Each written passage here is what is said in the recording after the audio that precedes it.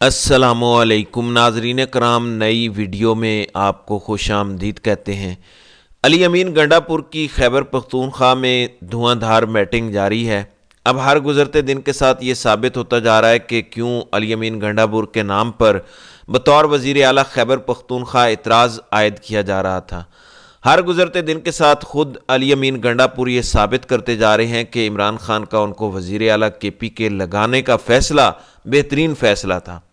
ایک جانب اس وقت علیمہ خان، علی امین گنڈا پور اور سابق وزیر اعلیٰ گلگت بلتستان خورشید خان اور شیر افضل مروت جو ہیں، ان کی عمران خان سے ملاقات ہوئی ہے۔ یہ انتہائی اہم ملاقات ہے جس میں کہا جا رہا ہے کہ عمران خان کی جانب سے کوئی بھی بڑا اعلان کیا جا سکتا ہے۔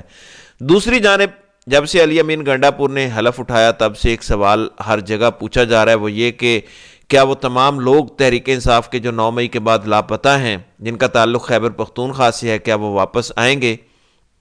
اس حوالے سے پچھلے چند گھنٹوں میں اب تک کی سب سے بڑی ڈیولپمنٹ ہوئی ہے۔ علی امین گنڈا پور نے اب تک کا سب سے بڑا دھماکہ کیا ہے۔ تحریک انصاف کے وہ لوگ جو 9 مئی کے بعد لاپتہ تھے، ان کی واپسی کا عمل شروع ہوا ہے۔ پولیس اب ان کو گرفتار نہیں کر سکے گی۔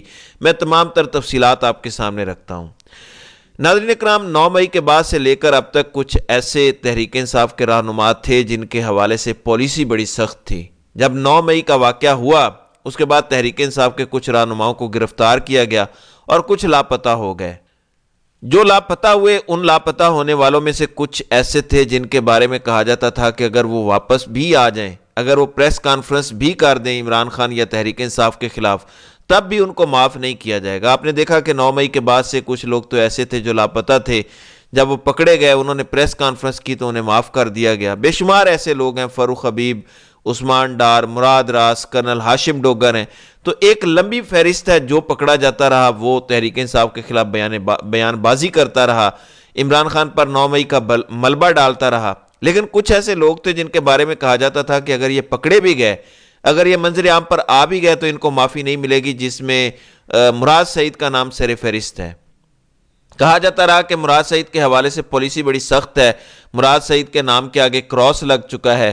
اسی طریقے سے حسان نیازی، عمران خان کے جو بھانجے ہیں، ان کے حوالے سے کہا جاتا رہا کہ اگر وہ پکڑے گئے تو ان کو معاف نہیں کیا جائے گا۔ کچھ عرصہ پہلے حسان نیازی گرفتار ہوئے، اب تک ان کا کیس فوجی عدالتوں میں چل رہا ہے، ملٹری ٹرائل ہو رہا ہے، لیکن مراد سعید ابھی تک گرفتار نہیں ہوئے۔ مراد سعید کی گرفتاری کے لیے بہت بڑے آپریشنز کیے گئے، مراد سعید کو گرفتار کرنے کے لیے بڑا کچھ کیا گیا پچھلے 9-10 مہینوں میں۔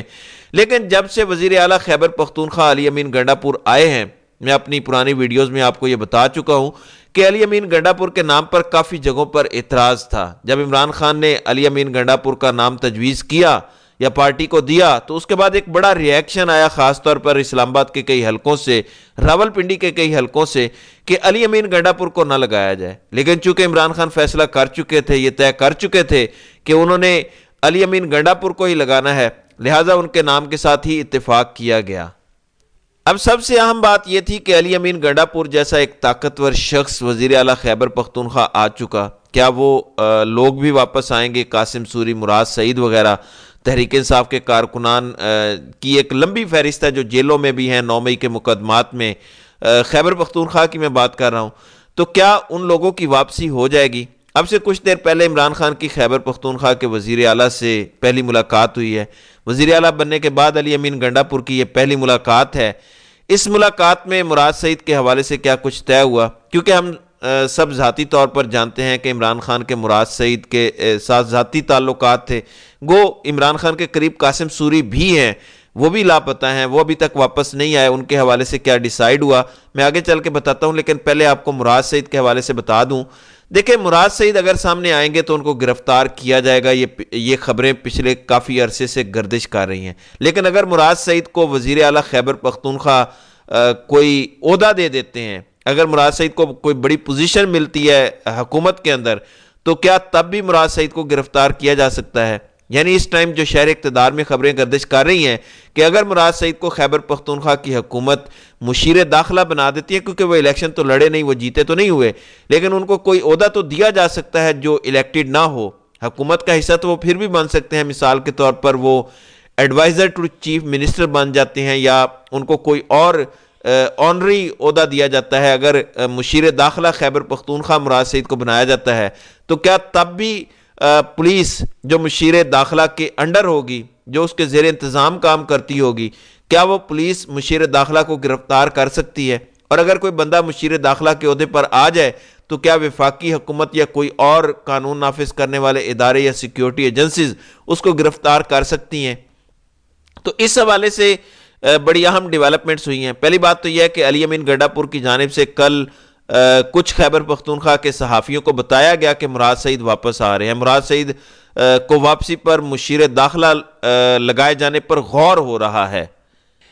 میری عمران خان سے ملاقات ہوگی، اس ملاقات کے بعد ڈیسائیڈ کیا جائے گا۔ اب سے کچھ دیر پہلے علی امین گنڈا پور کی ملاقات ہو چکی ہے۔ میری اطلاع کے مطابق علی امین گنڈا پور کو عمران خان نے گرین سگنل دے دیا ہے، اور یہ بڑی خبر ہے، یہ بہت بڑی ڈیولپمنٹ ہے، کیونکہ ہم سب جانتے ہیں کہ اس ٹائم طاقتور اداروں اور عمران خان کے مابین ایک سرد جنگ ہے، تعلقات خراب ہیں۔ علی امین کا نام جب تجویز کیا گیا وزیر اعلیٰ کے طور پر تو کئی صحافیوں نے یہ دعویٰ کیا تھا کہ عمران خان نے دراصل علی امین گنڈا پور کو اس پوزیشن پر لا کر طاقتور حلقوں کو بھی ایک پیغام دیا، گو کہ انہوں نے بعد میں تھوڑا سا معاملہ نارملائز کیا جب عمر ایوب کو وزیر اعظم نامزد کیا، لیکن چونکہ عمران خان کو پتا تھا کہ عمر ایوب تو وزیر اعظم نہیں بن سکتے، حکومتی اتحاد یعنی شہباز اور پیپلز پارٹی کے پاس ووٹ زیادہ ہیں تحریک انصاف کے بالمقابل، لیکن علی امین گنڈا پور کے نام پر کئی جگہوں پر اعتراض تھا، اور کہا جا رہا تھا کہ علی امین کا نام اسی لیے تجویز کیا گیا کیونکہ عمران خان نے کئی حلقوں کو پیغام دینا تھا۔ اب عمران خان نے یہ گرین سگنل دے دیا ہے، مراد سعید کو مشیر داخلہ خیبر پختونخوا لگایا جائے، قاسم سوری کو بھی خیبر پختونخوا کی حکومت میں کوئی بڑا عہدہ دیا جائے۔ وہ تو آپ سب نے خبر دیکھ لی ہے کہ وزیر اعلیٰ خیبر پختونخوا علی امین گنڈا پور نے جو خطاب کیا اس میں انہوں نے کہا کہ وہ 7 دن کی ڈیڈ لائن دیتے ہیں، وہ تمام گرفتار کارکنان جن کو 9 مئی کے مقدمات میں گرفتار کیا گیا ہے ان کو رہا کیا جائے۔